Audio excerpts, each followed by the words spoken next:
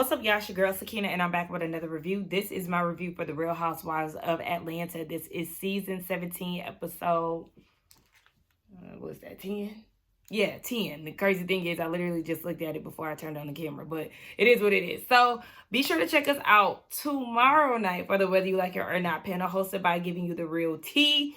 And that's so foreign coming out of my mouth because I'm usually saying tonight, but it is the night of the episode premiere, and that's because Love Island has been taking up all of my time, and with me working and taking care of my nephew because he doesn't have summer camp this week, I will be extremely busy tomorrow and trying to fit in 2 shows to film on a Monday, which is my busiest day. I can't even imagine doing that. So I don't have anything planned for today. So I was like, yeah, let's go ahead and get Atlanta out the way, and then I can focus on Love Island tomorrow. If you have not tuned into my Love Island reviews, be sure to do so. I'm trying to get more traction over there because, again, I am doing it for the love, but also I do want to monetize, okay? I want to make some money off of it. So y'all make sure that y'all tune in to my Love Island recaps if y'all are into the show. But let's go ahead and get into tonight's episode. If you hear stuff in the background like that, yeah. That's me. I just do not know why that is. I thought we was doing quiet on set. Sorry. Okay, thank you. So the episode opens up with Pinky. Why does it look like I look so washed tonight? I'm tired.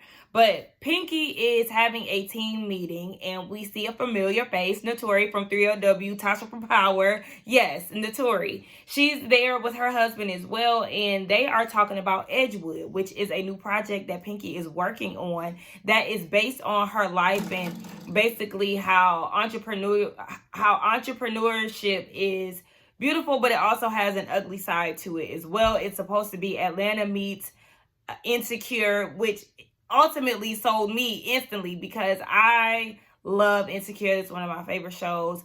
I didn't get too much into ATL, don't judge me, but I didn't. I heard good things about it, but yeah, so she's like, the thing that people don't know about me is I was a producer before I even thought about being in the restaurant industry. She said that she was a casting director for Eon Fix My Life.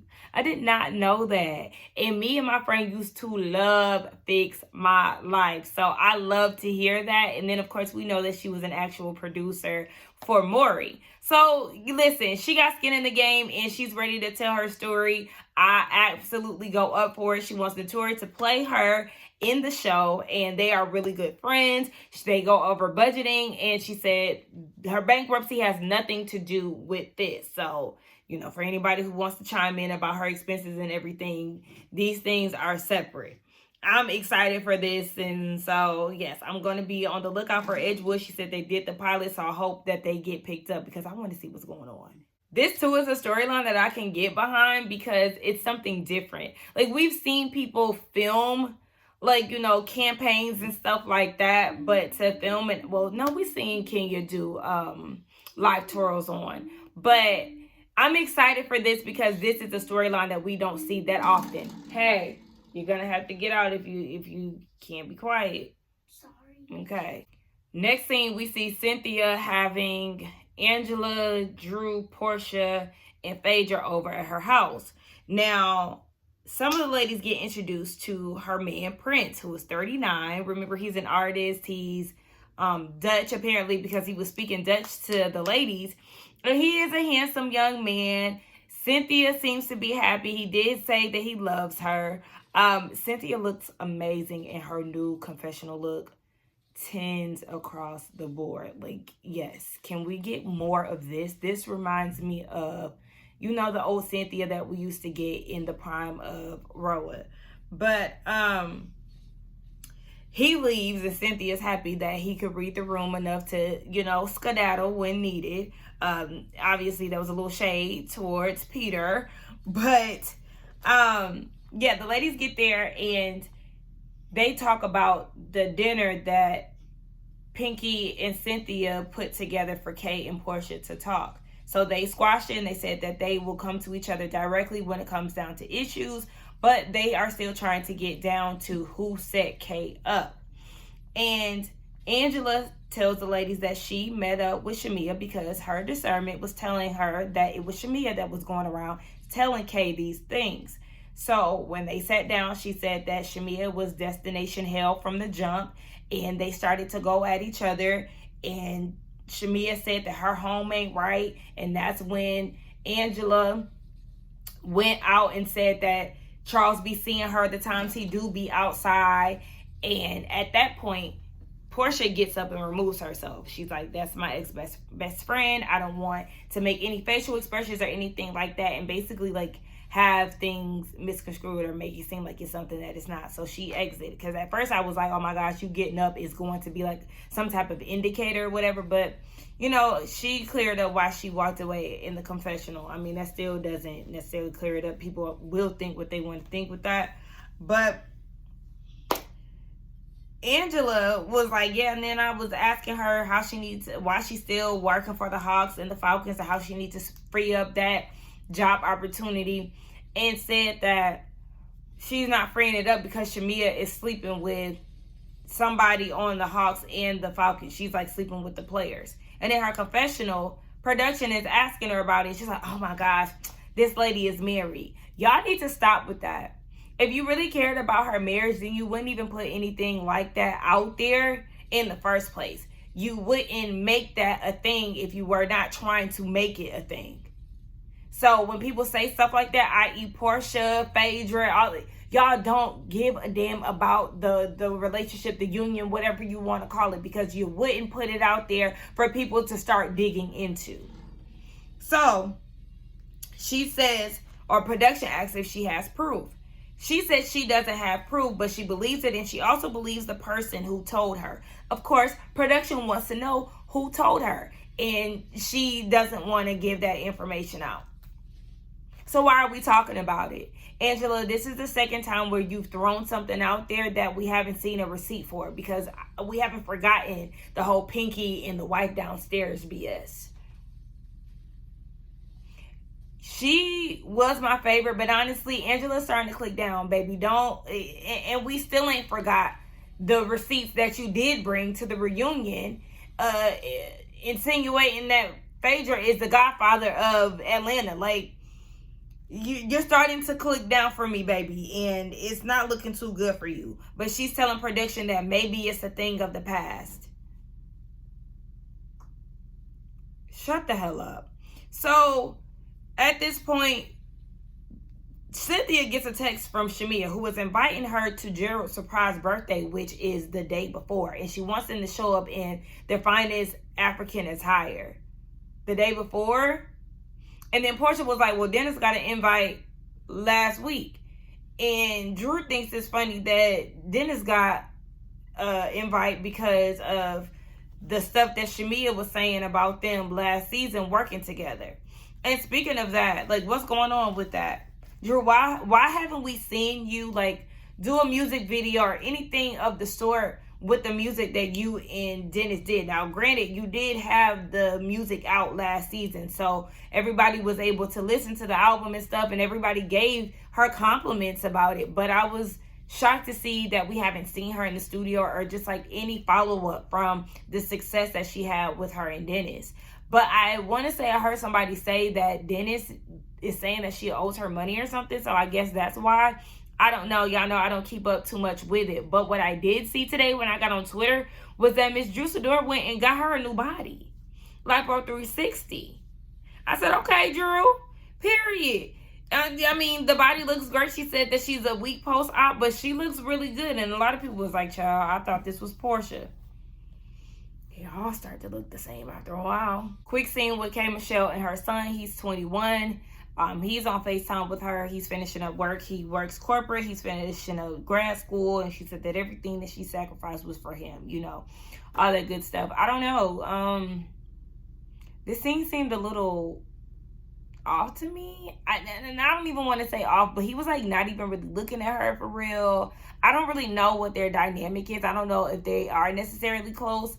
But it kind of just gave like she was putting on a little bit. You better not be messing with none of them gutter snipe girls and all of that stuff. Like,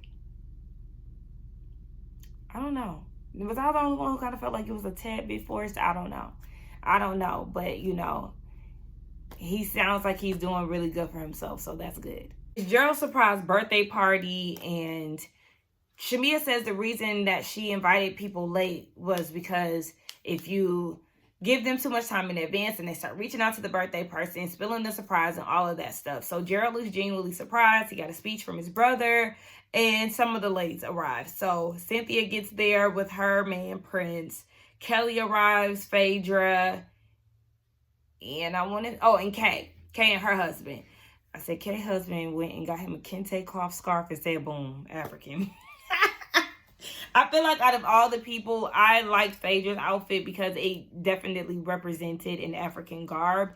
I feel like with all the African affiliated ladies on the cast, y'all couldn't find like something real quick. But, you know, it is last minute. But yeah, everybody looked, you know, the best that they could for the time. Kelly, she sits down they all sit down, Gerald included. And Kelly fixed her Botox lips. Is it Botox or fillers that they put in their lips? I think it's filler. Filler lips to say that Shamia and Gerald are couple goals. Really? You see what your friend is going through firsthand with this surrogate thing, and this is what you aspire? I mean, we only can go off of what we see, and from the sounds of it, it's giving, yeah, Shamia might be on the chopping block if she don't give him what he wants. And this is what it must be the house, the cars, and all of that stuff. It must be that.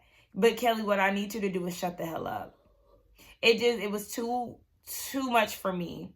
It gave fake. And she said she don't even remember giving the speech. She claimed that she was that drunk, which obviously she was drunk based on the way that she was acting in this scene. K. Michelle thought because she was singing their praises that they might have been, you know, I say that because, yeah.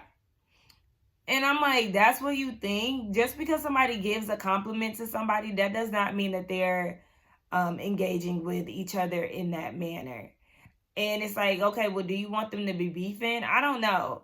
And then she says that she wants to be involved with all of them, Gerald included. She wants to on Shamia, Kelly, and Gerald. She wants all in. I don't know. It's just very weird. I don't get Kay. I don't get Kay. She confuses me. I don't get her. And also, Kelly, your drunkenness fucked around and got you slipping and saying shit because Phaedra's like, our next event is going to be with all of us together. Kelly said, is there a man involved? I was with Phaedra. Why are you worried about a man if you already got a man?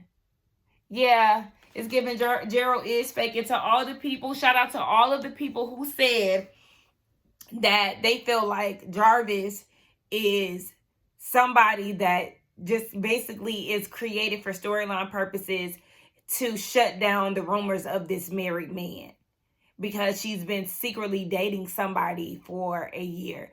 And it wasn't until this moment to where I was like, yeah, you know what? Y'all might actually be right. Because I'm like, damn, y'all think the man fake? But yeah, once you really start to put stuff together and then you hear her say stuff like that, I thought he was a good man and you know, all this shit. Girl, shut the... Moving on. They also get into the Shamia and Angela sit down, and Shamia said that Angela came for her marriage. She didn't respect that. She insinuated that she was cheating with NBA players and all of that because she has access to them. And so the ladies are like, well, that's not the way that she told the story. It was more so like you came in and she was just responding. I think,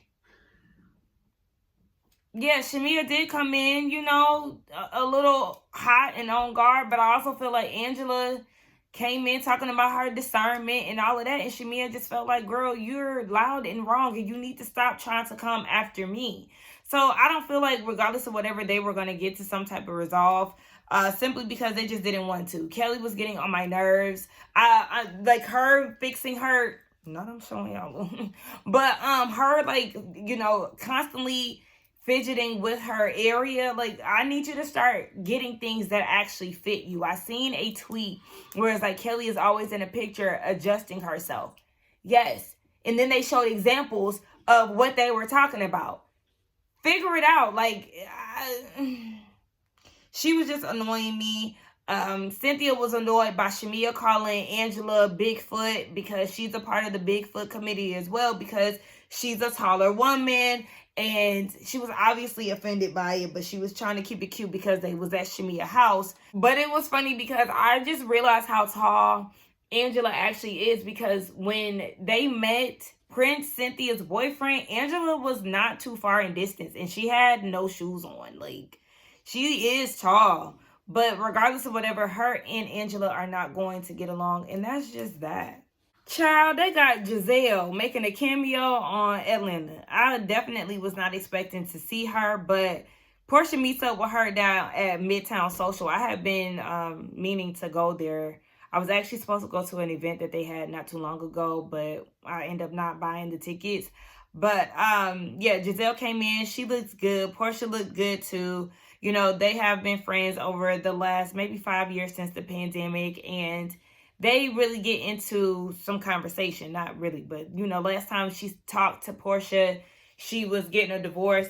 It took 15 hours to wrap up that divorce. 15 hours in court. I would have lost my motherfucking mind. Like, are you serious? Oh my gosh. Anyway, Gizelle wants to know what's going on with Porsha and Shamia. She's rooting for them and all of that. Porsha said, the case is rested, baby. Like, they are cordial as long as Shamia doesn't bring any drama to her. Like, she has no problem, speaking to her and keeping it cute for the sake of the group. But she doesn't feel any type of way about not being invited to Gerald's party and all of that. Like, that's just is what it is. And the more I look at their friendship, and you already know that me and my best friend had a big falling out last year where it looked like it was the worst that we have ever been. And it definitely felt like the end. And then watching last season and seeing how Porsha and Shamia's relationship was just falling apart, I really wish that they could find some common ground, really get down to the nitty gritty of it, and, continue to be friends. But I don't think that is going to happen for them, especially because of their mothers being involved too. That's a whole nother level to their friendship. Now, me and my best friend, our mothers rarely even cross paths. I think the first time they met was when my best friend got pregnant and she had a baby shower. My mom was there. But they don't cross paths out of all the times all the years that we've been friends. And I feel like my best friend actually brought this up the other day. She was like, I'm glad that our moms just never got to the point where they were friends, because she always wanted that for our moms to be friends. But she was like, it just would have been maybe 2 Sagittarius mothers. Shout out to all the children of Sagittarius mothers, because my gosh, it's hard. It's hard. But yeah, I wish them the best, but at the end of the day, it's also okay for relationships to end. And it just seems like, unfortunately, that their relationship had to end. I was also thrown off by that lamp that was shaking on the table. I said, somebody get the lamp off the table, my goodness. But moving on, we get this scene where Pinky is doing casting. And she has Notori and her whole team there. Shamia is there because Pinky asked her if she would be interested in auditioning for the show. After seeing Shamia in RHOA, she thought that she would be perfect to audition. And so she's there, and we see Drew shows up too. And so Shamia is like, oh my gosh, like, I didn't know that you were auditioning too. Like, do you want to go through lines? And Drew was like, no, I'm not here to audition. I'm here for support. Like, but I can run through the lines with you. And Shamia was like, no, I'm actually taking this serious. Like, this is a real audition for me. So Drew leaves and to find Pinky. Now, in her confessional, Drew was like, yeah, no, I'm not doing that. There's a whole process that you have to go through. I told Pinky to send it to me, and I guess she didn't. So then when she's talking to Pinky, Notorious giving her the rundown, like, this is just you know, it's fun. It's basically get a feel, personality, all of that stuff. It doesn't have to be perfect. And Drew was like, I'm not auditioning. Pinky was definitely taken aback by that because she was like, I mean, Keon told me to, she said that you were auditioning. She told me to send you the stuff or send the stuff. And Drew was like, yeah, I never got that. But my thing is, Drew, why are you coming to support? Like, in what way? I mean, granted, she could like sit in, but that's not what Pinky was asking you to do. So it seems like you showing up, Pinky will automatically think that you are here to audition.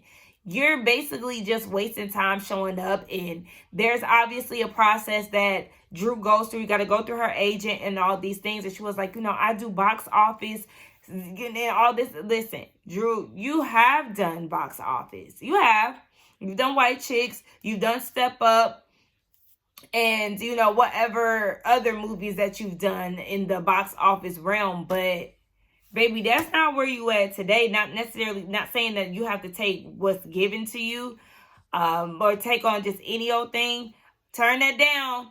But it's just, I don't know. It was awkward to watch. It does seem like there was some line of communication that was missed. According to Drew, Pinky never sent it. According to Pinky, she did receive something, but then Pinky said that I don't know, y'all. I just feel like it was pointless for Drew to show up. Was I the only one who felt that way? Like I respect her process and things, but why are you here then? Because this is not time to play. So then Shamia comes out and she does a good job, you know, reading the lines and stuff. I feel like she could have did something else her hair, because like you doing all of that with your hair was just kind of like unnecessary, or just like it's in the way. But she did good, and she's feeling like this is still an opportunity for her to act, even though her husband doesn't want her to do any like sexual engagement with a man. Like she can't even kiss a man, and it like Kelly, this what you want, baby. Couples goals to you. Kay invites Phaedra over to her house to go fishing, child. She used hot dogs dipped in Kool-Aid and garlic powder as bait. Child, they didn't catch a damn thing. But Kay said that she tried everything in her not to like Phaedra, but then my signal started messing up, so I don't know her reasoning why. But yeah, she likes her, obviously, and so it is what it is. Now, again, you like Phaedra, but she was supposedly a part of this setup. Okay. Now, they're talking about how nice Gerald's party was, and Phaedra, for some reason, is acting dumbfounded as to why Shamia didn't invite Porsha. Just like Kay said, you know exactly why she didn't invite her. You know these ladies do not get along, and you seen how Porsha got up when Shamia's name was brought up at Cynthia's house. So I don't understand why you're trying to act dumb. I don't like when people do stuff like that. But Phaedra is trying to get to know Kay a little bit more. How was the newlywed life for Kay? It doesn't feel like anything new. It's just more of the same. She did say that she had tried IVF before because her husband doesn't have any kids, and she feels obligated to give him children. She said she's never doing IVF again because she did it back to back, and it was just a whole lot. And so they're now going to deal with a donor. Okay, because I was like, there's no way, Kay, that you should feel comfortable carrying a child after all of the stuff that you have going on with your body and rejecting the injections. Like, it just seems like it wouldn't necessarily be a safe thing to have kids. I don't know, but it just seems that way. And so then they get into how Drew invited them all to come and watch her sing the national anthem. Turn that down. Why am I hearing that in the background? Please turn that down. I don't want it to be a distraction. Thank you. But, yeah. And Kay says she's not going. She's not going because Drew sat there and told her that she doesn't belong. And Kay was like, you're absolutely right. Don't belong in the bottom with you. So she is not going. And we see Phaedra giving advice to a newbie yet again. She was like, sometimes, you know, for the sake of getting along, we have to do things that we're not comfortable with. And she suggests that Kay goes. But Kay said that she's not going, which I understand why Kay is not going, because I did feel like it was out of order for Drew to say that she doesn't belong again because of Drew's experience with the group and how she's finally at the point where she's getting along with the majority. Nobody new in a group that's trying to navigate a new atmosphere wants to hear that they don't belong. So I totally understand, and also not wanting to fake the funk with somebody and support them in their endeavors when you really don't fuck with them. So I'm not mad at Kay for not going, because yeah, I don't fuck with you. Simple as that. So speaking of, y'all, I look so disheveled. Like, I literally just put this hat on my head because my hair needs to be done. But we get to Drew's event, and she is singing the national anthem at Rich Homie Quan's memorial. R.I.P. to Rich Homie Quan. When I tell you that man has no business being gone.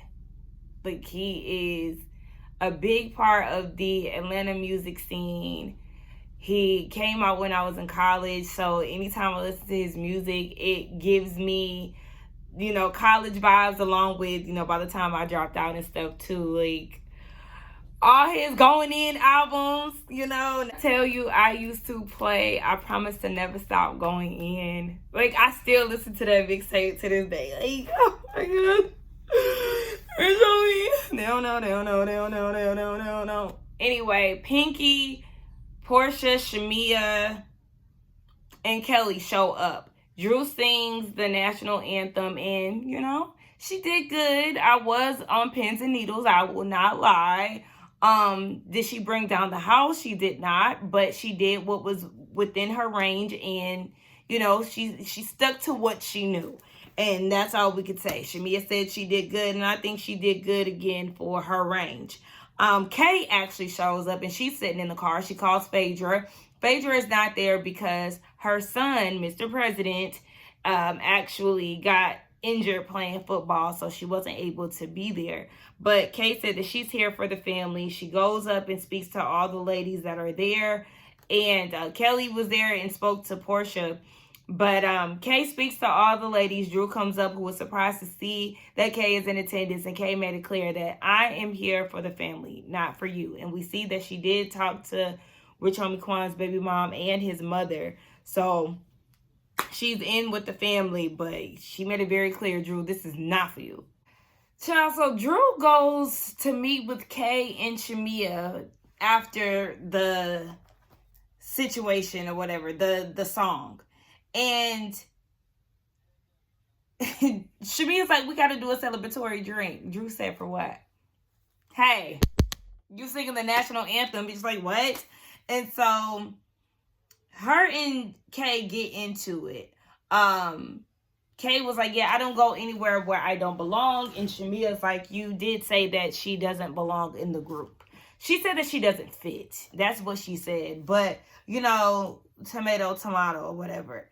And Drew said, what did I say? Speak up for yourself, talking to Kay. And so, of course, you know, that kind of gets them started. And at that point, Kay wants to leave. Kay says she has to go to the bathroom. She grabs her purse. I had a feeling she was just going to straight up leave, but Shamia fought her to keep her purse there. And so Kay ends up getting in Shamia's Uber without her bag and just drove away. Like, they're sitting on the patio, so they saw that Kay drove off. And Drew's like, damn, I got her that rattled to the point where she's willing to leave even without her bag. Shamia's like, yeah, you keep saying her name with black.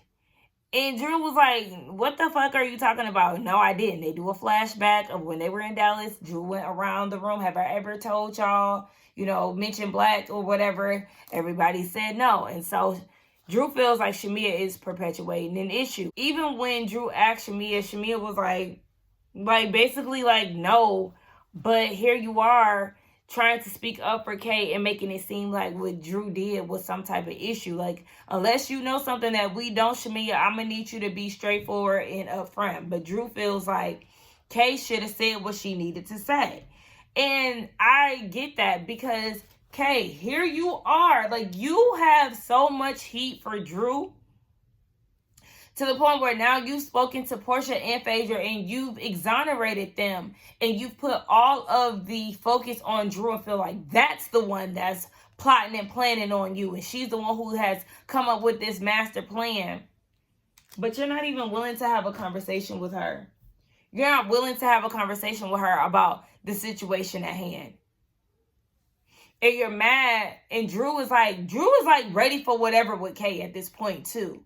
Like I don't know that I can remember a time where Drew has just been like just outwardly confrontational. Usually she acts a bit clueless. Now she was acting kind of clueless at the start of the conversation, but like I said, she's not backing down to Kay, and it's like Kay is running away from a situation. But if you're so sure that this woman is plotting against you and all of that, why not have the conversation? You have somebody there with you, somebody that's actually on your side. But you still don't want to talk to her about, this situation. Kay, baby, I don't know what to do. I don't know what to do with you, baby. Because if you don't want to have the conversation, then what are we talking about? If you're going to run away from Drew, who clearly is with the shits, like with the shits in terms of like ready to go back and forth with you, I don't know what to tell you. Again, we're still not seeing. We're not seeing what Drew has done to you, and then you running away from it is just like, okay, do you just really want to create a scene? Because here you are, this is the perfect time for you to talk about it, and you don't want to. You left without your bag. So then at that point, Drew was like, Shamia, you was a lapdog for Porsha last year. Here you go being a lapdog for Kay. Like, no, she wasn't here for it. Shamia wasn't here for the name calling, and so she got up and she left. Kay's assistant came back to get the bag. I guess Kay circled the block and she decides to play the national anthem. And so they, in front of the restaurant, singing the national anthem. That was kind of funny. That was kind of funny. And random as fuck, because I thought that maybe, they were somewhere and it was just so happened to be playing. But I realized that, no, Kay was playing that shit in the car. But it's like, don't try to be big and bad from the car, bitch, when you was right here in Drew's face and you couldn't even go back and forth for her. Like, okay, Kay, you do be giving scary. Do I think that she's scared of Drew? I do not. But, like, some of the actions just give, like, you so bold and can talk shit any other time, and here you go. Oh, shit. I gotta go. Yeah, this is the end of it. I gotta go watch Love Island. Do not forget to like, comment, subscribe to my channel, and I will see y'all in the next one. Later. Yes. Bye-bye.